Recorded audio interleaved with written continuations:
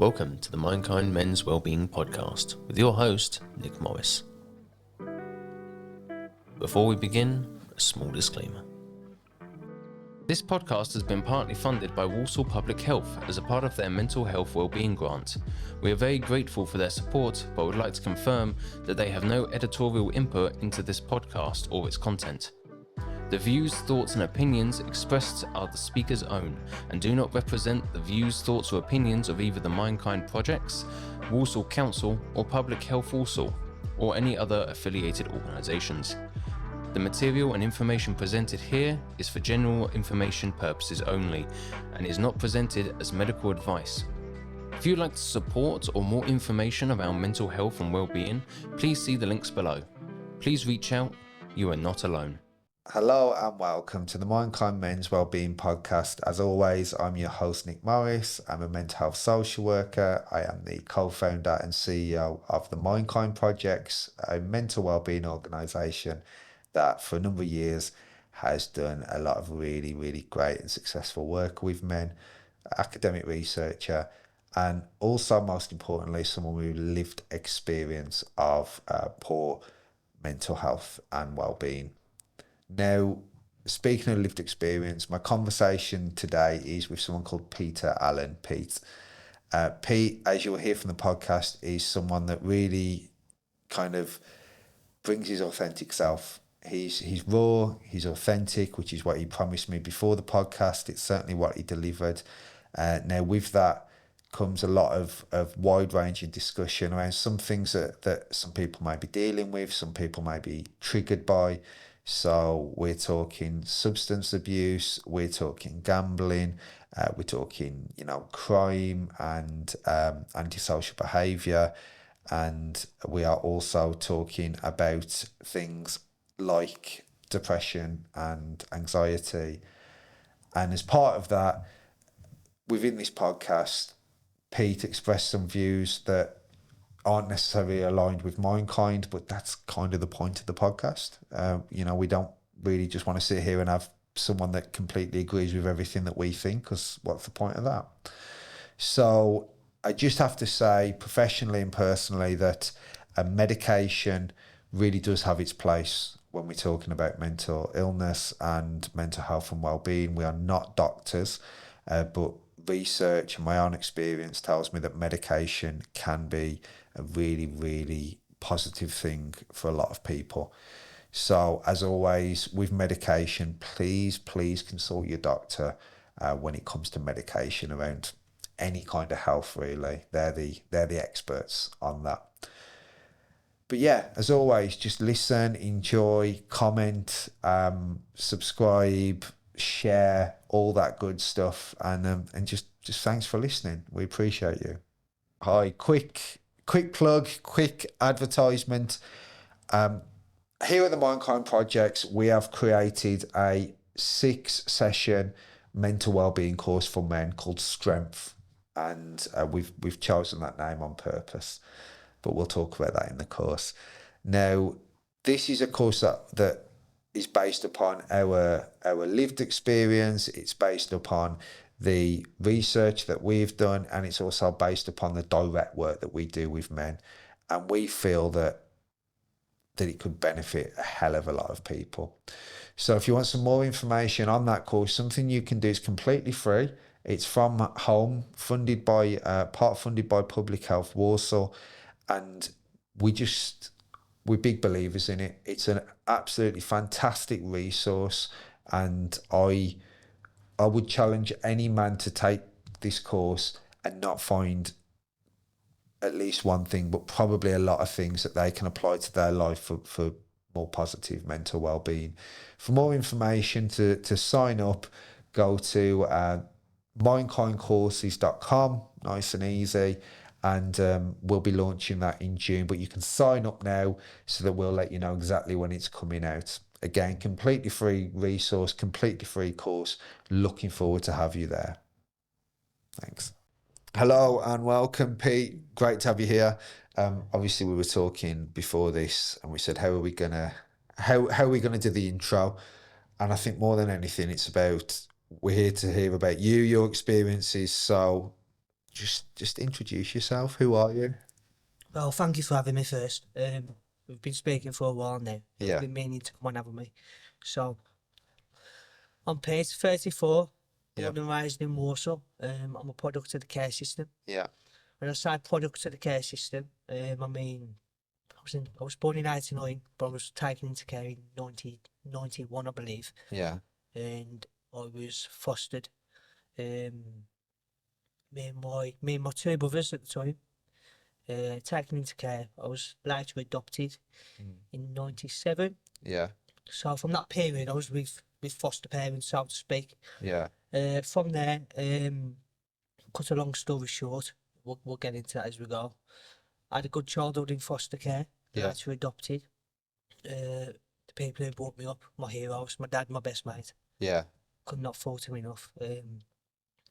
Elderly now, in the 70s. They already raised 3 children.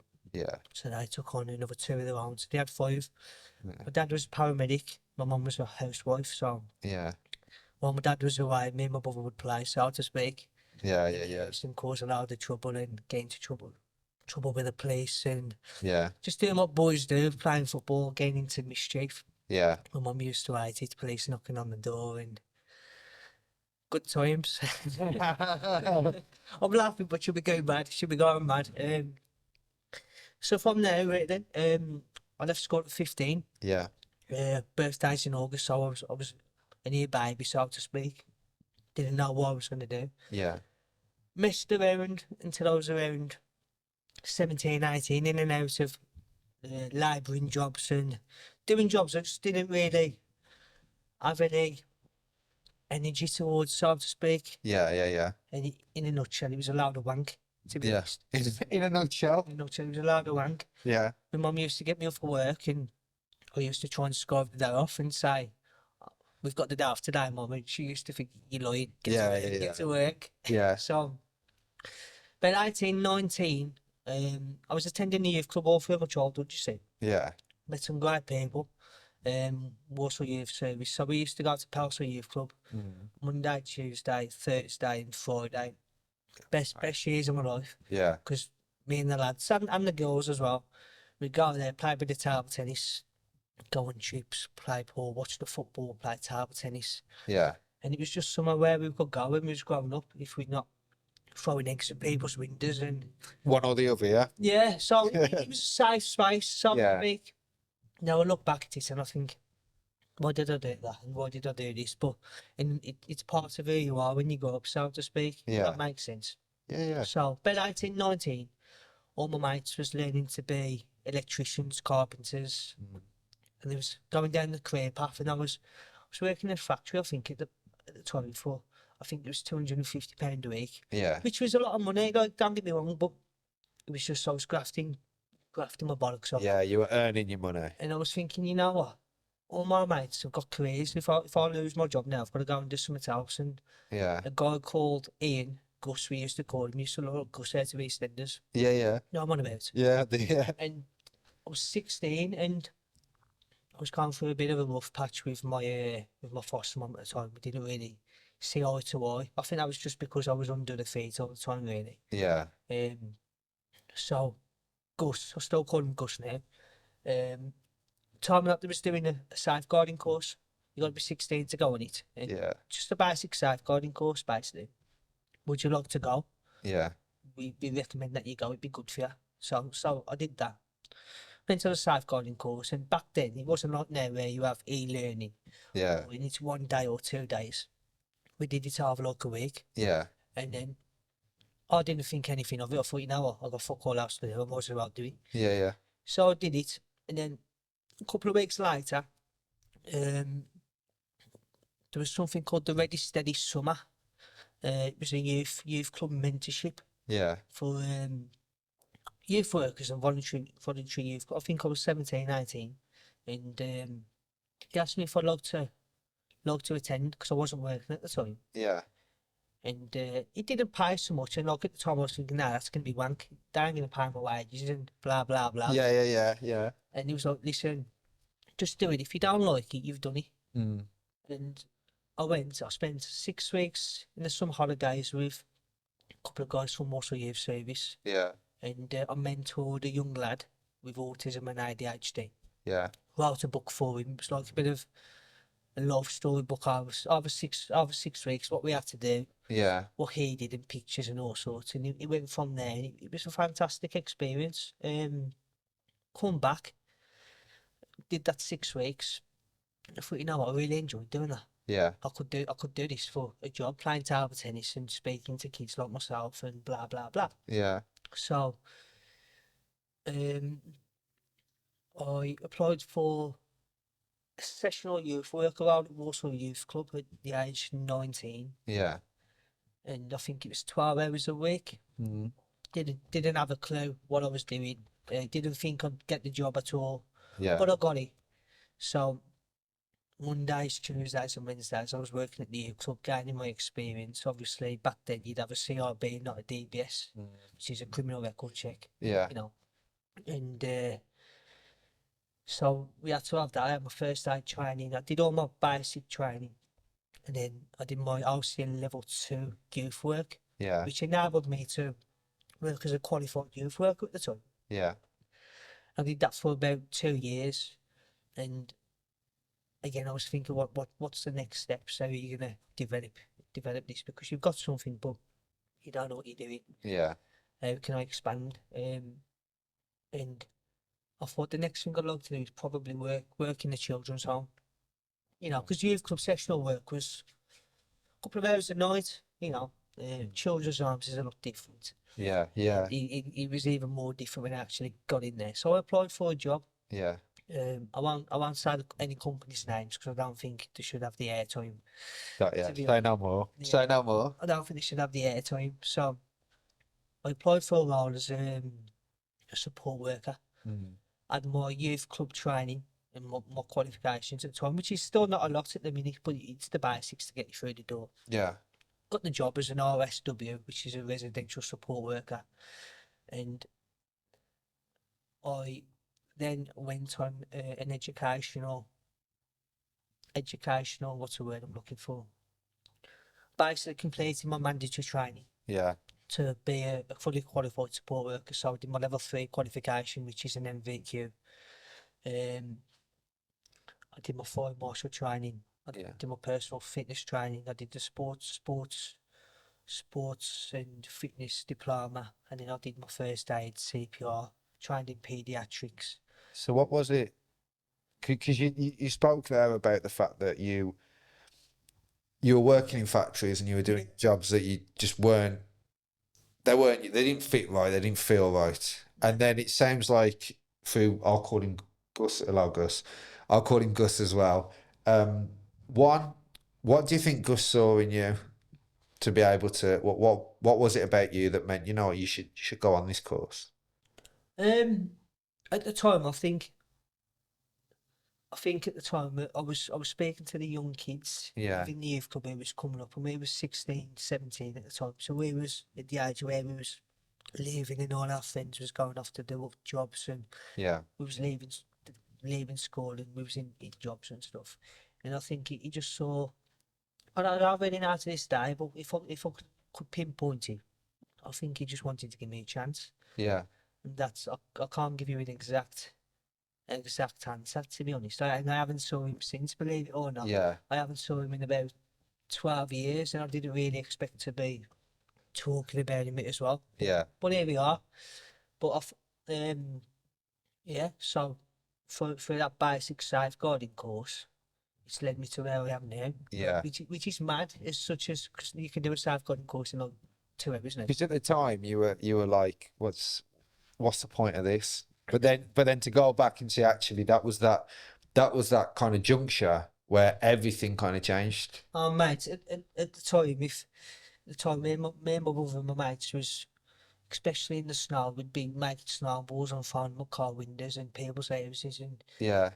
the police was knocking on the door. I was stealing money. I was doing some really bad things, which Yeah. I'm ashamed of, you know. Yeah.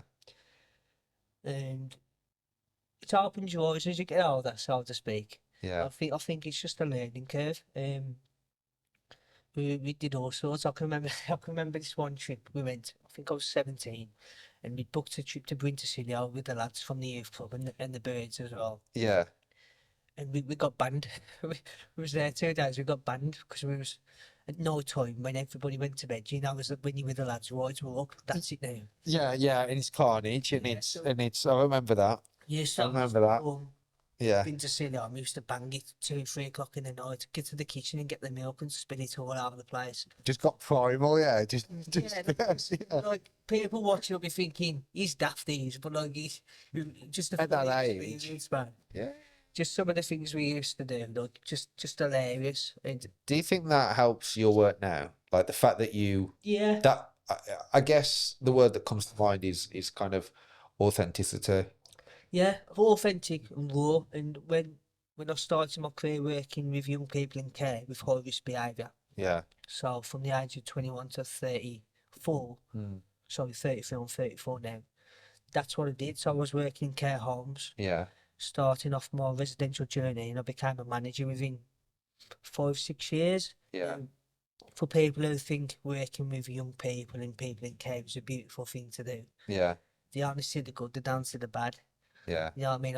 I've seen stuff growing up which you shouldn't really see in life, as well as my own childhood as well in care. Yeah. From, you know, working 14-hour days to giving girls CPR to working with girls who have been abused sexually, physically, working with lads who want to take their own life, Yeah. you know, and part of that journey is basically to try and be a mentor to reflect your life experience into basically helping these young people to make positive changes throughout their life. And don't get me wrong, I've got some fantastic stories. Yeah. I mean, I'm covered in scars where I've been stabbed, I've been hit over the head with fire extinguishers, and Yeah. you know, I've seen some really, really explicit stuff, especially with some of the companies I've worked with. But Yeah.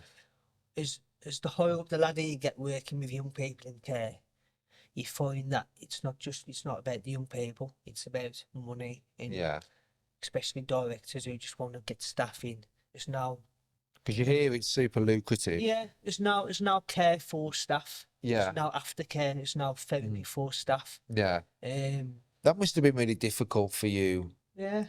being the fact that you've been in you know, you come from, you said yourself, product of the care system, like so it must have been quite natural for you to see yourself in some of their shoes and then see the direct impact of that kind of lack of duty of care, I suppose. I think from when I was a kid, Yeah. when I was in care, I was in care when I was under foster care. Yeah. My mum and dad, I call them mum and dad because that's who they are, the people who brought me up. And Yeah, again, my dad was my best mate, Yeah. and they gave us everything they could. Mm. They tried. My dad is a proper man's man, so he'll go to work. He was in the ambulance service for 20 odd years. Go to work, very old fashioned. Yeah. Come home, looked after my mum, looked after the kids. Went out with the lads, I think, for an hour and a half of a Friday. Yeah. So it was family first. And my family now, I come from a working class background. Yeah. My previous family, you know, I was brought up around sex, sexual abuse, physical abuse, alcoholics, Yeah. parents trying to take their own life. And that's one of the reasons why we was taken into care, Yeah. due to basically parents not being able to look after us. Now, going back to your question, when I've worked in these situations with young people who have gone through trauma, Mm. I try and expand my experiences. So I'm like, listen, I've been where you are. Yeah. You don't think I have because you just think I'm another member of staff and you can try and fight me as much as you want and you can hit staff, but Yeah. that's not going to get you anywhere because all that's going to happen is you're going to be restrained. I've got to write the paperwork up and we're going to do it all again tomorrow. Yeah. Yeah. Yeah. So why don't you just sit down and talk, man? Like, you Yeah. know what I mean? And it is that authenticity, you know. Yeah, now I've worked with some staff again, and I've said it all my life. You can have a qualification in anything, but that doesn't mean you're good at your job. Like, Yeah. I've worked with people in the 40s, 50s, when I was in my early 20s, never had any shared experiences, never had any life experiences, come from a silver spoon background. Yeah. get the qualification, I think they know more than people who've spent their life in care. Yeah. Does that make sense? Yeah, 100%. That lived experience, and I think people are definitely recognizing the power of the lived experience more and more. Today But they are, it's yeah. still, but yeah, that's something that, Today they are, and the benefit I had when I was growing up, I had a very good support yeah, network in terms of my mum and dad yeah, and my brother as well. I have got a third brother called Luke, and he was fostered and adopted with another family, yeah, and he's got some issues of his own, which we all have in life. I think. yeah. I think we would have been normal if we didn't have any issues at Oh, all. I mean, I always say to people that I work with, if you're not, when they say, look, I'm overwhelmed, or my mental well-being's not great at the moment, and I think it just sounds like you're kind of paying attention because there's so much going on Of that course. how can you not be impacted? But so just going back, so you said, you've talked about some kind of key points in your life, product of the care system. You spoke about obviously that the trauma in childhood, being a bit of a, I want to use the word delinquent, just a retro, yeah, something like that. And these are points where this podcast, this story, your story, could be very different. It could be something, if we look at, statistics, if we look at stories that we've all heard, this could be a story still of redemption, but that could have gone to a much darker place. What is it about? What do you think? You spoke about your parents there and them being that real strong protective factor, but what is it about you that kind of, because we've spoken, you're someone that's really big on your well-being, and you carry yourself with authenticity, and you know you seem, and we all seem, but you seem like you're in a really positive place. What is it about you that kind of means that this is a story of hope, I suppose, rather than anything else? Um, can you elaborate? So you are clearly, and we spoke before, you got big plans, you're living a life that is satisfying in many ways. What is it? I think a lot of people probably look at you and see you as a bit of a role model, particularly those been through some of those experiences. What do you think it is about you personally? What is it that you had in your life that means that people could see you as a role model, as opposed to being a cautionary tale, or you don't want to end up like him? Do you know what I mean? Yeah, I think I've always had this fire in my stomach. I've always been very competitive. Yeah, And one of the promises I made to myself when I was a kid, and everybody knows this, is I wasn't gonna be like my previous parents, yeah, and I was gonna be better. I was yeah, gonna be the first one to have some sort of qualification in my family, yeah, and I did that. yeah, And then from there, I became a qualified NLP therapist. yeah. I did that too, Okay, amazing. and I've gave when I became a manager, I wanted to give people opportunities who Yeah, wasn't so fortunate without the qualifications, like yeah, myself, like Gus, and give them a job and give them a career. And I did that as well. yeah, And I think part of life now is I'm at that age where I'm looking at what's next. So for me, it's always about if I can expand some of my experiences and mm, help somebody, whether it's word of mouth or just point them in a direction to facilitate their individual needs, I'll do that. yeah, I come from home. I haven't got a pot to piss in. yeah. Never have. Mm. And I'm probably the most happiest I've ever been. Do you know what I mean? Why is that? I think because I'm disciplined. Yeah, So my life now, I mean, I no longer work in care. My life now is I work for, I think yeah, I can say that. yeah. Health We Watch can believe you, Walksall. just in case. We'll Yeah. decide. Carry on. And my job is I facilitate people's needs for health and social care services. Now, when I left care, I took a 14 or £15,000 reduction in wages to do what I'm doing now. Yeah, And I've never been so happy in my life. I get up, I go to the gym. yeah, I speak to guys in certain environments that yeah, are struggling, not just mentally, but physically as well. yeah, If people can't get a doctor's appointment, I'll go on my way to try and get one for them, so to speak. And my day-to-day basis is just speaking to people. yeah, I keep myself fit.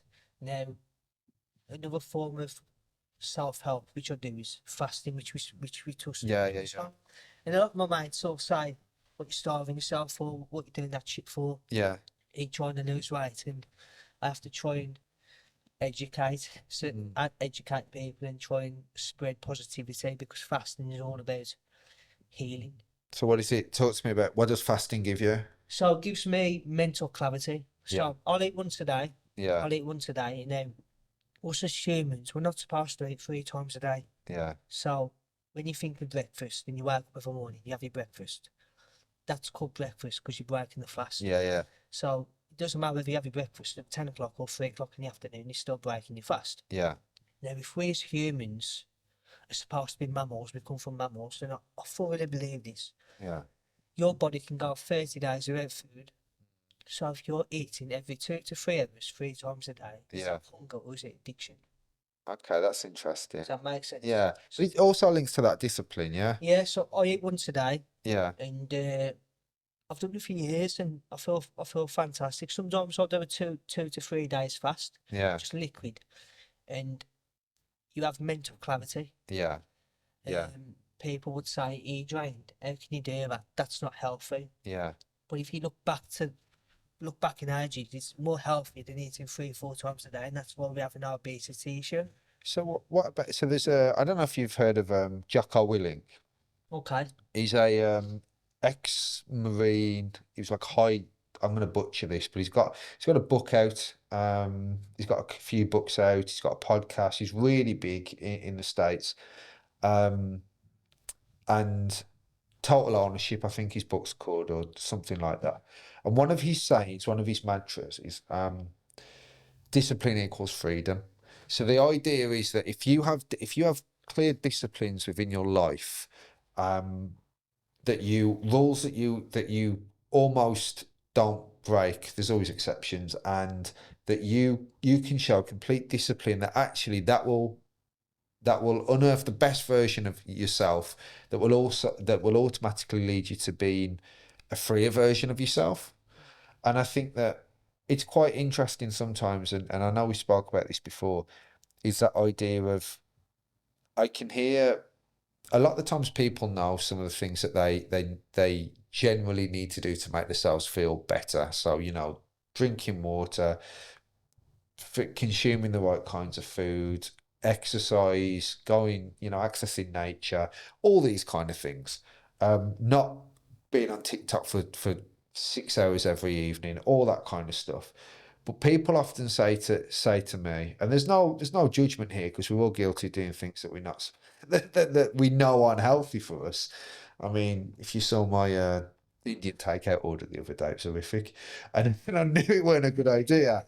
But they say sometimes it's that motivation, and they'll say, I can't find I know the things I need to do, but I just can't find the motivation. I want to do it in the evening before, then the next day I can't do it. What for you allows you to live? Because I would argue that motivation and discipline are two different things, but what is it about you that allows yourself to be so disciplined, or how have you implemented that discipline into your life? A lot of it comes through self-reflection. Yeah. There was at 19, 20, 21, however old, Yeah. going to work and then going on the piss every weekend. Yeah. It has an effect. Yeah. It, Yeah. it does have an effect, and I don't care what anybody says. As you get older, Yeah. it will have an effect. And I've done it all where I've gone out with the lads. And don't get me wrong, I have my blips now. Yeah. I have my blips now. Now, sometime around 18 months ago, I was going to the local pub, Mm. alongside the pub. Yeah. Yeah. But the same people in the same pub, Yeah. doing the same thing. Yeah. And the one day I was sitting in the pub, 14 and a half stone. I'm 12 and a half stone now. Yeah. Just thinking, you know what, is this what you want for your life? Yeah. Because everybody in this pub are doing the same thing. And all they're doing is taking piss out of people who are doing something with their life, Yeah. trying to put people down, but you haven't got the mental capacity or the discipline to get up and do it yourself. Yeah. So I thought, you know what, I'm not going to be one of those people. Mm. And sort of knocked it on it. Don't get me wrong, I still go out with the lads every so often, but it's not an every week thing. It's every couple of months I'll have a blowout, and it won't be the Yeah. local pub, it'll be up Birmingham with with a close-knit group of people. I've cut a lot of people off. Yeah. I'm quite well known in Warsaw, and I know a lot of people. Yeah. Just because I know a lot of people doesn't mean those people are my friends. They're associates, which I've come to learn over years. Yeah. Now, I've probably got about 4 friends.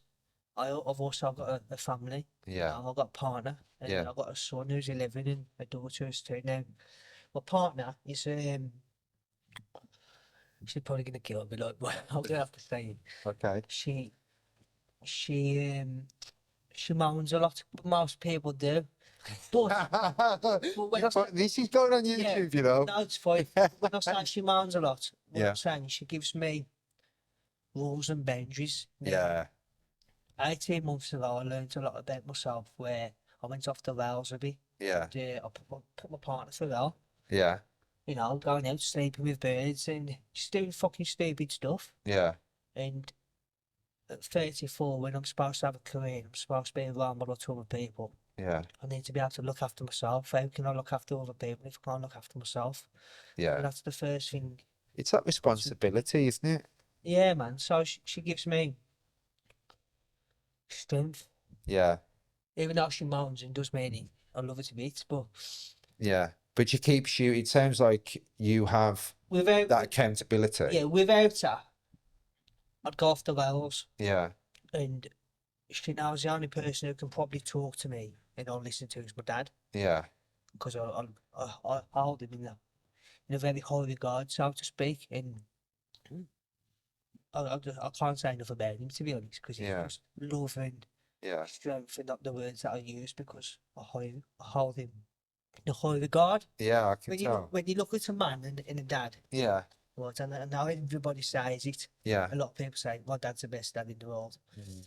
When you look at like my dad bringing up 3 kids of his own, Yeah. being a paramedic, going to work all day, and then taking on another 2 kids at the age in his late 40s, it's just like, it's massive. Wow. Yeah. Phenomenal. Even then, me and my brother could be in prison or dead. You know Mm. what I mean? And I didn't have, when I was at school, I was a very low kid. I was the comedian. I wasn't very violent at school. Yeah. It wasn't really until I started working in care homes where I saw the violence. Yeah. It took me back because I never really had counselling or therapy. Yeah. And now a lot of people will say to me, including my partner, she'll say, how come you don't show any emotion when there's something kicking off, or Yeah. when you see somebody getting hurt, or tell you some bad news that someone's died, why don't you show emotion? And I think it's just because I've been hardened, like through my life experiences and through my childhood. Yeah. I'm just immune to it. That doesn't mean I don't care. Yeah. It just means that it's just another day in the office, so to speak. That's it's interesting though, because you like some of the things that we've been talking about, you really touch upon quite a few like values and kind of archetypes of what it is to be a man, because you talk about that kind of strength, being a role model, obviously speaking about your father, your dad, and kind of the person he is and was when you first met him. And then like there's lot, it almost feels like there's so much kind of going into Pete, this sense of like drinking, going out with the lads, going to the pub, violence, acting out in a young age, but then also just the self-reflection that brings it all together and allows you to see kind of who do I want to be. Do you feel that you're battling with different versions of yourself? I think I'm in a good space in my life at the minute. If Yeah. you'd asked me 2 years ago, Yeah.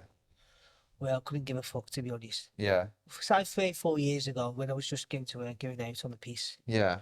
and a job is just another job, and So what changed? I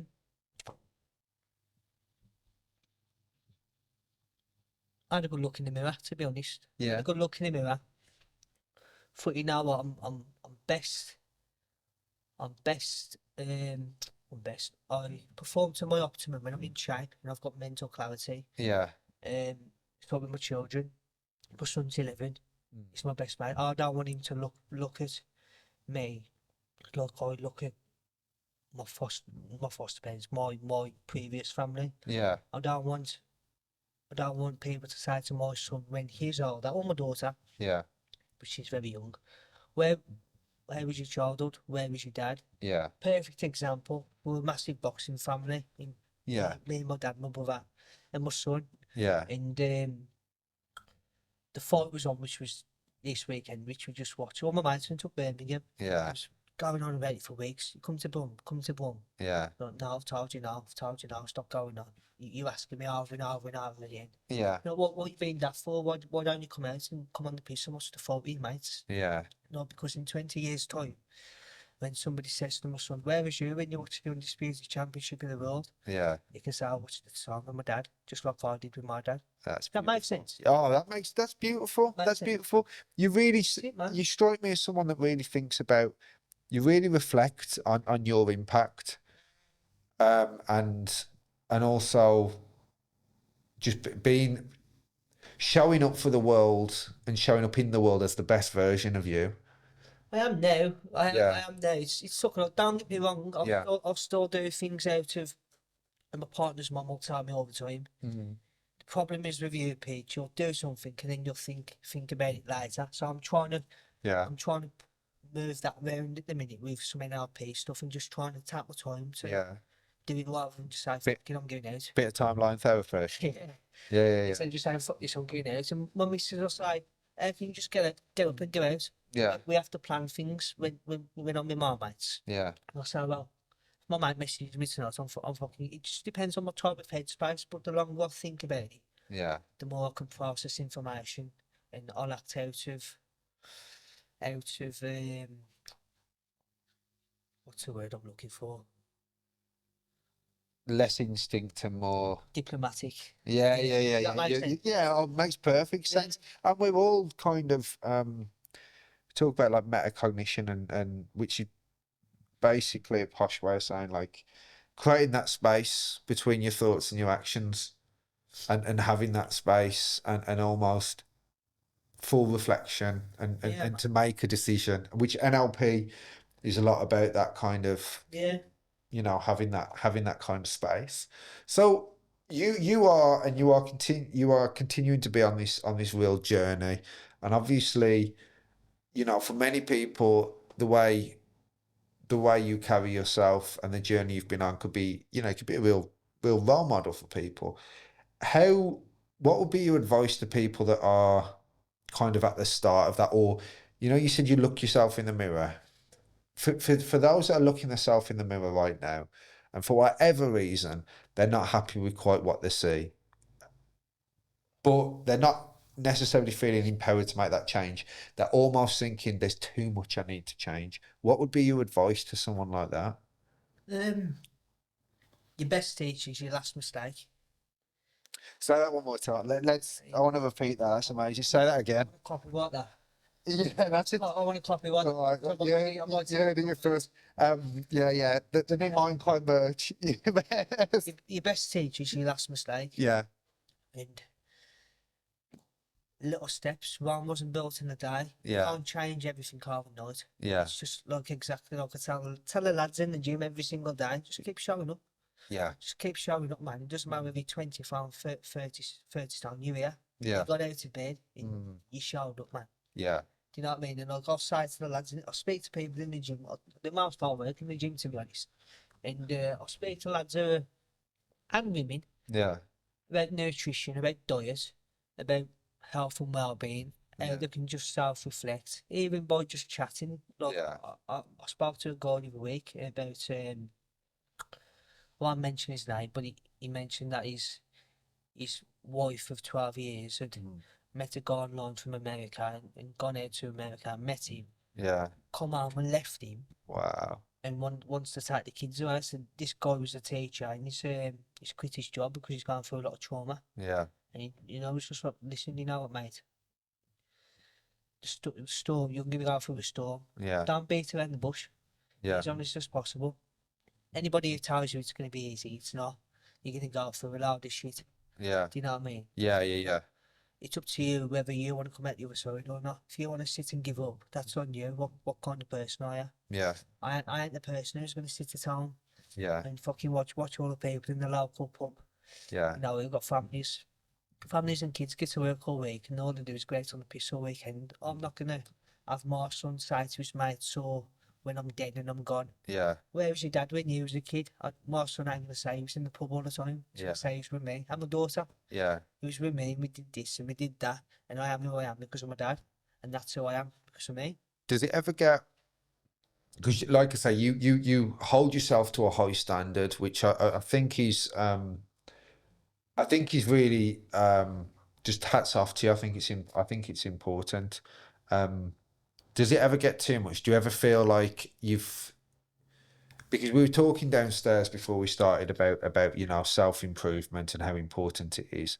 But one of the things that I sometimes reflect on, and I've felt personally, and I know some of the people I work with have felt, is that sometimes, like, it's important that you take a good hard look at yourself, but then the more you look at yourself, sometimes you can train yourself to see all of your failures and not actually your victories. You see all the stuff you want to work on and not actually the journey or where you've come from. Do you ever get to that place where you Um, I did have it in the past where I just want to touch on my previous family for a second. So when we was in foster care, my biological parents used to write to us every so often. Remember, I think I was 15 years old. I went and met my mum for the first time. I call her my mum. She's my biological mum. Went and met her for the first time in Warsaw Town Centre. And I took my mate with me. My brother didn't go because he wasn't interested. Didn't tell my foster parents. And because it was something I wanted to do for myself. I was searching. I was asking myself questions. Why this? Why that? Yeah, of course. Does that make sense? Yeah. Like, 100%. when I was 18 months old, my biological mother broke my leg. Yeah. Still to this day, I don't know how she did it. Yeah. I'm never going to know, but I've come to the realisation now. Some questions you're never going to get the answers to. When I've asked those questions in the past, say for instance when I was 15, Yeah. my mum turned up with another man, pissed up. First time I'd seen her in 9 years. Wow. It was like, wow, is this who you are? Is this where I've come from? Yeah. What did that do to you, At the time, particularly at that age? not a lot. I No. couldn't give a fuck. Yeah. And I think that was just because I had no respect for her. She was just a stranger. Yeah. And I went home, I told my foster parents. I was like, well, we support you, whatever you want to do, otherwise it'll be here for you, basically. Yeah. Got to the age, I didn't see it then until the age of 19. And funnily enough, I was doing some labouring at the time, as I mentioned, in and out of shitty jobs. Yeah. And I was giving her address. I can't remember how I got her address, but she was living in Porphyry. Porphyry, for anybody who doesn't know Porphyry, it's a multi-ethnic community. So I was on my dinner break and popped round, and she used to live above this chip shop, and I'll always remember. It's probably the last memory I've got of her. Yeah. I went and knocked on the door, and a guy come to the door and says, "Who are you after, mate?" I said, I'm after so-and-so, my biological mum. So, who are you? And at the time, I was very hot-headed. Yeah. So I'm like, who the fuck are you talking to? Is she here or not? Yeah. Says, yeah, she's in there. Who are you? So I'm a biological son. So the next thing I remember is, he said, hang on, right there, this guy walked into what appeared to be a flat. Yeah. And said, someone at the door claiming to be his son. And said, okay, bring him in. Walked in. It was like a bed sit, so there was a bed on the floor. Yeah. Wasn't a bed, it was just a mattress on the floor. Yeah. And she was in bed with a man. And I remember she says, do I know you? Who are you? Yeah. I was like, the fuck do you mean? Who am I? My son, Pete. Yeah. And she was like, I ain't got no kids. So I says, okay, cool. That was my words, okay, cool, fuck you. Yeah. I walked out. Yeah. And I got downstairs, and the guy who was in the house tried to stop me from leaving. Yeah. So I sort of put it on him, so Yeah. to speak.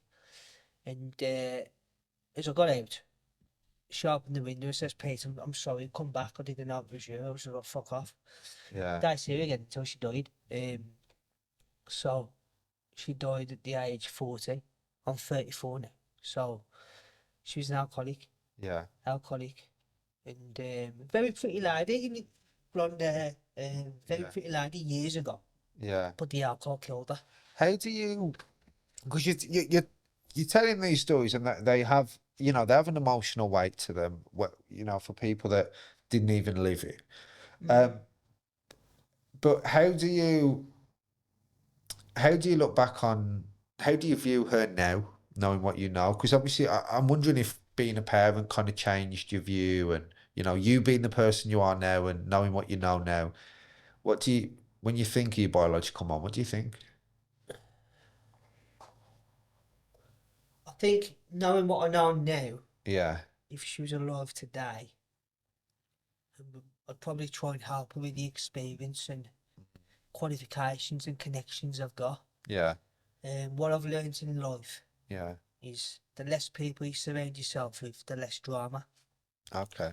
So, up until about the age of 30, I just thought she was. Yeah. Could not stand her at all. Sorry, not that's a harsh word. Yeah. We didn't have any form of relationship. Yeah. My mum from Pal, so that's who brought me up. Yeah. Yeah. That's Of my course. queen, like, do you know what I mean? Yeah. Yeah. They sound like good. Yeah. They sound like good people. Oh, mate, quality, Yeah. Yeah. and my mum makes the best rice potato you'll ever taste in your life. I promise you. All right. She's on to. Yeah. All right. She sounds Yeah. good. She sounds Yeah, good. but the older version of me, Yeah. would think she must have had some issues, man, like Mm. to go through what she did, Yeah.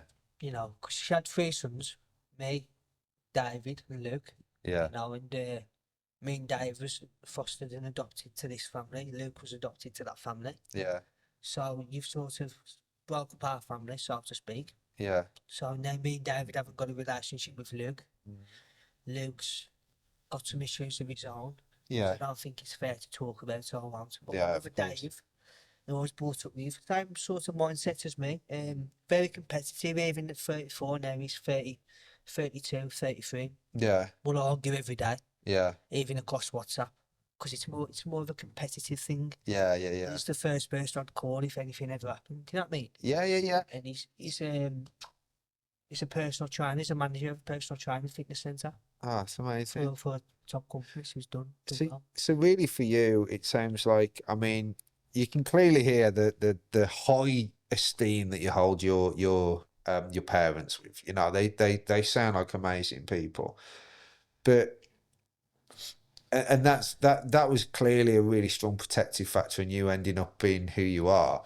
But also that sense of that purpose and drive of I need to be the better version of myself. I need to be.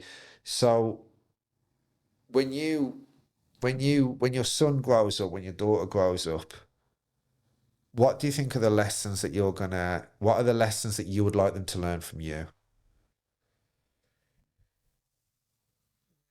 I think it's very easy for me to sit here as a father and say I want my children to be better than me, because as fathers and parents we all do. Yeah, yeah. The lessons I want to teach my children, Mm. the real lessons. I don't want to shy them away from real life. Yeah, I'm not raising any victims. yeah. My son's very much a lad's lad. Mm-hmm. He's very confident, cheeky. Yeah, He's into his sport. He knows how to look after himself. My daughter's going to be doing dancing like my yeah. mum. She does dancing, and I want him to be able to look at me, and also, you know, the mums as well, because I've got two different children by two different mums, and to say, you know what, my mum and dad did the best for us. Yeah, They installed values and principles in us yeah. that we can now take to their children. If you ask my son what he wants to do when he's older, he'll quite often say, I want to help people like my dad. That's exactly what I'll say. That's beautiful, yeah. I think he wants to be a policeman now, but he's 11, so he'll probably change next week. Oh, maybe, but just that principle of I want to help people like my dad, like that's a beautiful thing. So, Like your dad did as well. yeah, look, that's it. Now, when I just want to touch on my biological dad a second. Yeah, sure. We haven't really spoke about. Now, my biological father's alive. Yeah. He's from Warsaw. He's quite well known in Warsaw. A lot of violence in his life. He Yeah. used to beat my mum up. Yeah. He used to try and self-harm and commit suicide. Yeah. And also an alcoholic. So the lessons I've learned from that Yeah. is what I put into everyday practice. And I'll give you an example. When I do go out with my mates on the piss, Yeah. I'm never in any kind of state because I've seen what alcohol does to people. Yeah. So I'm always the sober one, so to speak. Once I've had enough of it, I'll just go home. Yeah. And I think that just comes from, it doesn't come from me being a heavy drinker or not wanting to get smashed or Yeah. not wanting to behave like a prick. Yeah. I just don't want to put myself in any kind of situation where I'm vulnerable Yeah. or other people are vulnerable. So, and I think I've learned that from my previous lifestyle, so to speak. But that's interesting though that you say, because you come across, I think people probably meet you initially and go, you know, you're a real man's man. You know, you like a drink occasionally, you know, you go out with your mates, you're into your boxing, all that kind of stuff, yeah. And there's almost this certain kind of association, stereotypical association with that, where we won't be vulnerable and we won't talk about well-being or what we've been through. But you actually really own that. Like you own your story, and you kind of, you know, you do put yourself out there and you do say, these are my experiences. And in your previous roles, you know, that lived experience has come across. Were you ever worried about doing that? Were you ever worried about being so authentic and you know, showing this side of yourself? To be honest, there's a lot of people out there, and I've spoken to them, and lads who I used to know. Yeah.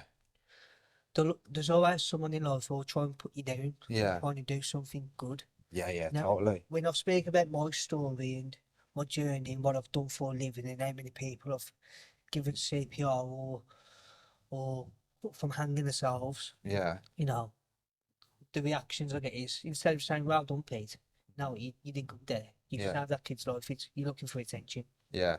Does that make sense? Yeah. I think there's a lot of people that are gonna So, hate on anything yeah, I positive. think it's just a part of life. And Yeah. I think if that's what you want for your love, that's fair enough. There's nothing wrong with that. But Yeah. I'm not going to be that person, man. Like, I'm not Yeah. going to be that person. I've recently started a TikTok thing, which Yeah. has blew up, which I didn't think would. Yeah. Started the training, and I do. Yeah. All positive vibes. Plug it. I mean, you've got more followers than us, so yeah. And hello to positive vibes. Positive vibes. Well, that's exactly what it is. Just Yeah. positive energy. If Yeah. you're going to act negative Yeah. and you surround yourself with negative people, you're going to become Yeah. a negative person. You know, I really agree, and I think one of the things you spoke before about the fact that your circle is quite small, but it's selected, Isn't it? Yeah. and I think that far too often people, for those that have people in their circle, because I know there's a lot of people that might say, well, I've not really got anyone, which is true of, we know lots of studies have shown that with men, having one good friend is there's less and less people in that position. But I don't know whether it's part of growing up, but I've experienced a similar thing where at one stage in my life, I loved the fact that I had a ton of mates, and I loved the fact that I was centre and I was a comedian. And then the older I get and the more people drop off, and some of them have dropped off naturally. Some of the people that have dropped off are fantastic people, just life. Some of the people I've chosen to drop off, and I thought they're really negative in my life, and they're not bringing out the best in me. But now the people around me are the people that I know will celebrate my victories and not begrudge me. And I think that's really key, so that we live in a society where it's really easy for people, particularly online, but it's really easy for people to backbite and undermine you. And to be able to cultivate that space where the people around you are the people that want the best for you it's just so powerful. And I think it's one of the main things that I've done in my life to really kind of support my well-being, is having just good people around me. That's it. That's what you need. And one other thing I've learned more than many. Yeah. Everybody wants to know you when you've got something. Yeah. There's a need for you. Yeah. Once you've got fuck all, Yeah. your true mates will stay there whether you've got nothing or whether you've got everything. Does that make sense? Yeah, 100%. You know, 100%. I've had a lot, and I've helped people who've never had nothing in their life, and I've gave them jobs, and Yeah. who are earning 30, 40 grand a year in Canada. Yeah. I Yeah. don't ever get a message saying, "Oh, Peter, well, yeah, or Yeah. fancy a point," or Yeah. "How's things for you? You're doing a Yeah. great thing." But you've been there, Gus. It's like, you know what? You're taking the fucking piss. Yeah. That's the way my first reaction thinks. And then what's the second reaction? Just stay in your lane, man. And the less people I surround myself with, the better. Yeah. Now, Yeah. I'm not saying I'm never going to help anybody, because my life is all about helping people. If I've got it, you can have it. Yeah. Apart from money, because I've got fuck all. Yeah. But you got some sending my way. And again, like, you know, when I was 18, I got into a lot of debt when I was 18, and it was because I never had any money management growing up, Yeah. and nobody showed me how to manage money. When I Yeah. used to get my wages, it was Friday, gone on the Got Saturday. it. Sat there. Yeah. Yeah. When I got to 18, I took out a couple of loans and never paid it back. Yeah. And in my 30s now, I'm only realising now what it does to your life. Do you know what I mean? Your credit history. I'll probably never have a mortgage. Because of decisions that you'd made. Yeah, that if I could change one thing in my life, which I'm trying to change, and my partner helps me. I've never been very good with money Yeah. ever, and it's quite condescending that my partner works for a bank. Yeah. Yeah. It's something that you've You know what I mean? speaked out unconsciously. Yeah. So I'm a spender. She's a saver, and I've always been like that. I like to move, so I like my hair done. Yeah. I like to go on the gym. I like to go on the sunbeds, and if Yeah. it's in the bank, I'll spend it. My son can have a pair of trainers, my daughter, Yeah. blah, blah, blah. I think sometimes it's just for the sake, but I've never had anybody say, you know what, Yeah. you're never going to have anything if you keep doing this. I had a really bad gambling problem, Yeah. because I couldn't spend my money, I was gambling it. Okay. You know what I mean? Yeah. I had to, So what did you do about that? I had to, I got my partner into a lot of debt, Mm. because at the time I'd facilitated all my credits, and I took out loans and stuff in my partner's name, Yeah. and I could have gone to prison for it, because it's a criminal offence. Yeah. And at the time, I just thought, fuck it, Yeah. I'll pay it back, no problem. So what was you thinking then? Because obviously you're looking at it in hindsight now, and you're like, Yeah, no. God, what a not great decision. But at the time, Well, what happened was, I gambled it, Yeah. and I sat down with my partner one day, and I was just very honest. yeah, I was like, you know what, this is why I've never got any money. yeah, She's like, why? I don't understand why you've got no money, Pete.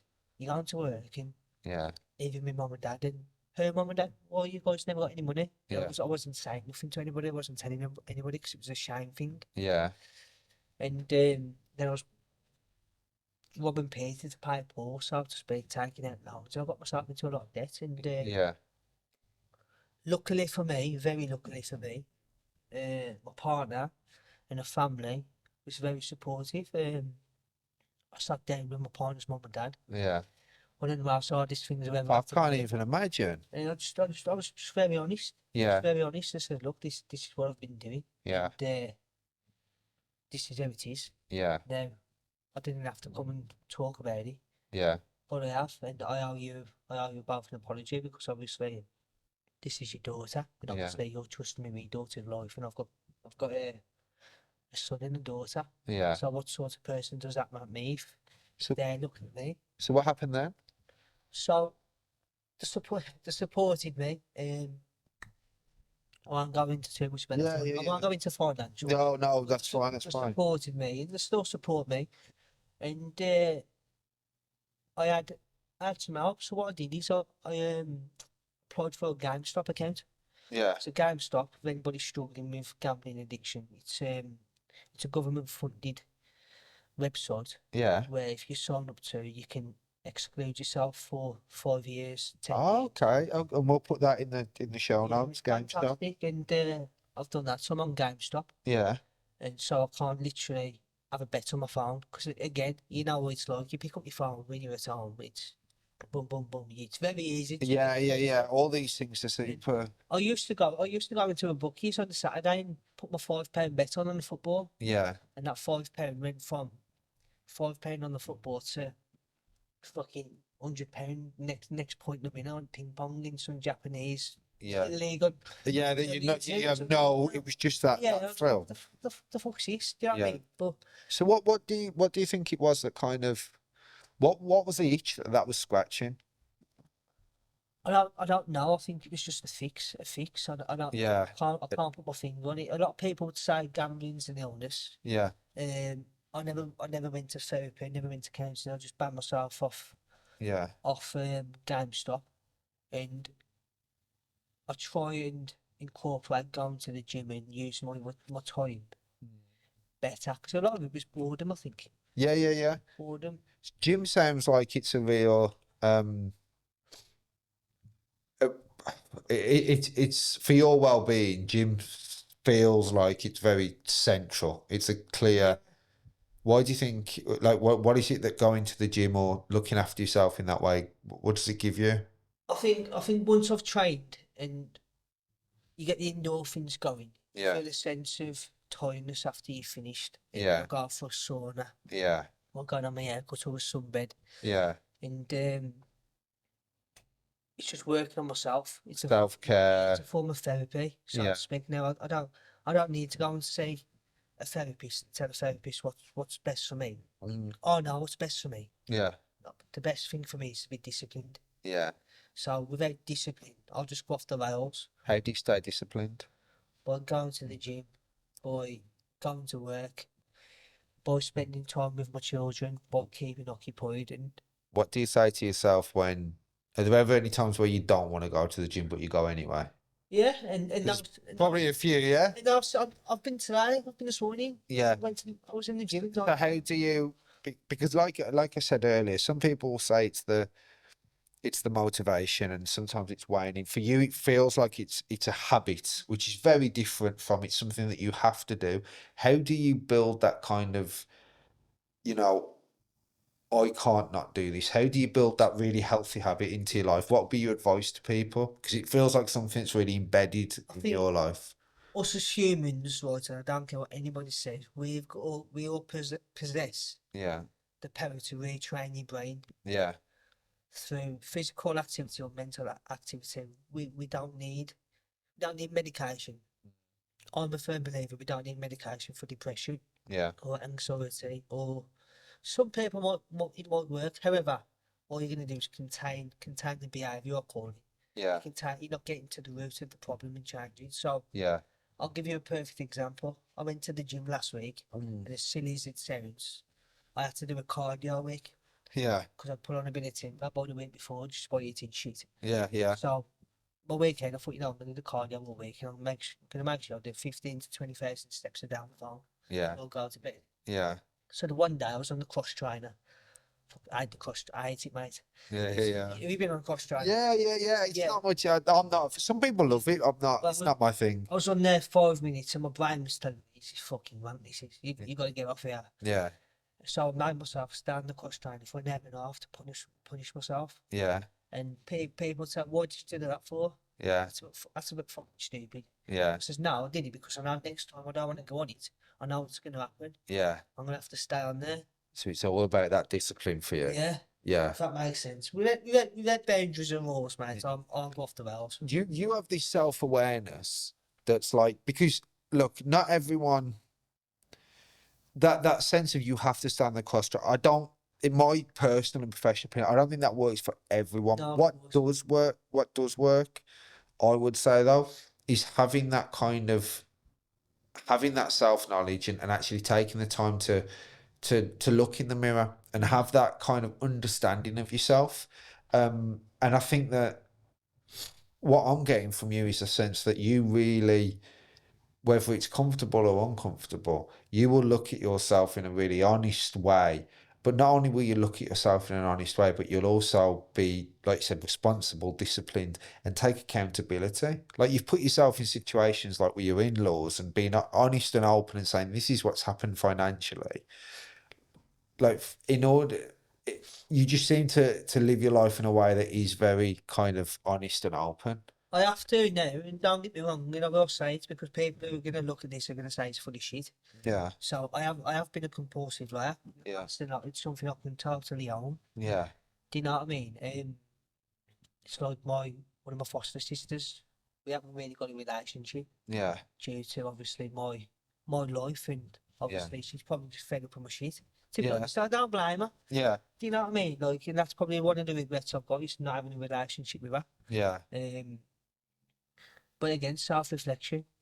People change. People Mm. produce different things and surprises every day. You know, Yeah. and I take one day at a time. And somebody says to me last week, I think it was Admit. Yeah. Your guy Admit. He says, Pete, how many times do you die? Yeah. So what do you mean, Admit? What, you chatting shit? Yeah. What do you mean? Yeah.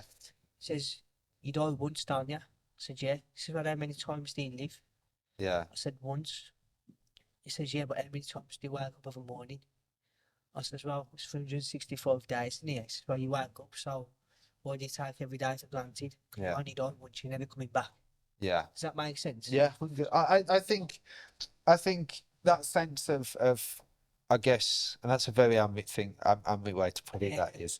But I think it's a that sense of that every day is that opportunity to kind of grow and be the best version of yourself, and also learn from, but not beat yourself up too much, but actually learn from it. I think I don't know about other people, but I've always been very self-conscious. Yeah. You know, about the way I look. I've always got my hair cut, and also where I've met in the past where some people who have spoke, I might take things to heart, Yeah. but as I've got older, I've just let go of my head. Yeah. Does that make sense? Yeah. Why is that? What's changed then? I think it's just because I just can't be bothered to argue with you. Yeah. I mean, you're right. If that's what you're thinking, that's what Yeah. you think. No problem. So almost that sense of kind of what value, and I hear this sometimes, is that sense of like the older I get, the more I value, not necessarily value my own opinion, but more I realise that actually the opinions of others are not really my business. Yeah.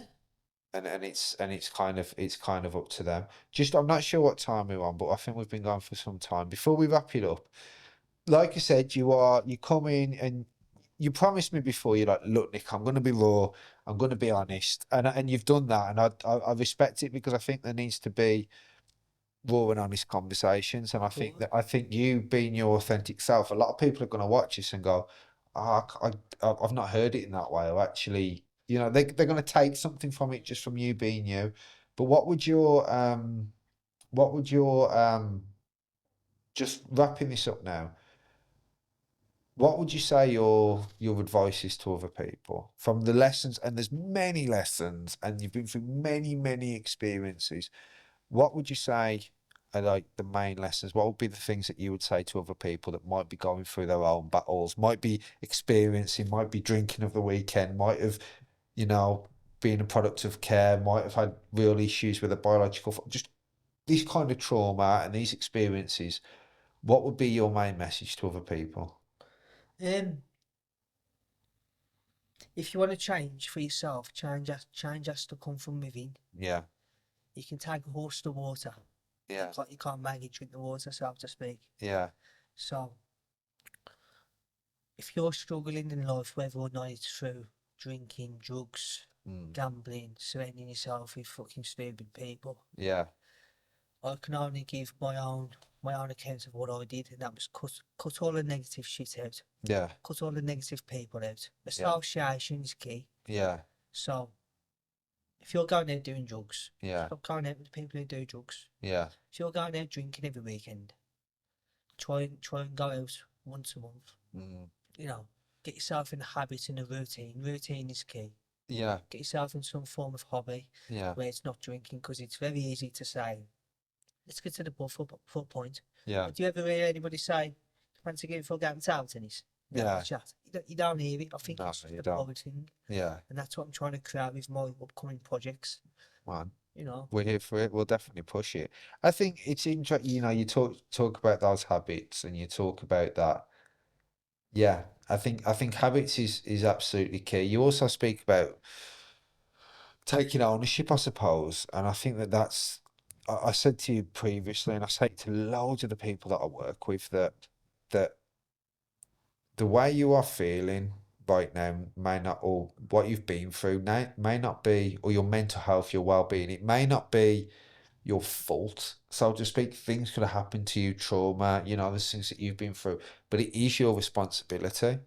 And how responsible you can be for those things is different for everyone, and what that looks like is different for everyone. But you are clearly someone that has taken responsibility for who you are and how you show up in the world. And I think that's clearly having a positive impact on your well-being. Of course. You look yourself in the mirror. I do now, but again, you have to go through that journey in life. Yeah. Do you know what I mean? Like, I wouldn't have probably come on here if it was 5, 10 years ago. I would think, oh, fuck that, I ain't doing that. Yeah. You know what I mean? What's that going to do for me? But Yeah. What does it do for you? Yeah. Being on something like this and just talking, not necessarily here, but talking about these things, what does it do for you? It facilitates my background, so it can be used in a positive light for Yeah. other people going through certain things. As I've said, I've got a big TikTok channel now. Yeah. And, my mum and dad are going to be sitting at home thinking, fucking TikTok. Plug it, man. Plug it. So, people look at videos. Social media is a big thing, and I'm not a massive fan of I'm on social media. Yeah. I prefer old school conversations, but I can appreciate everybody doesn't want to have conversations. Some people take empowerment out of looking at a video. I look at videos all the time when I'm at home about just showing up in the gym. Yeah. You know what I mean? Being focused. Just show up. Just keep showing up, man. Just keep showing up. I like that. Just show up. Because that can be applied to so many things. Show up in life. Just show up in life. You live once. Yeah. You live once. If you've heard the saying, you only live once. Yeah. Have a bit of this, Pete. You only live once. Yeah. I've got to the stage where I'm saying to people, yeah, I only live once, so I don't want to take shit for. Just leave it there.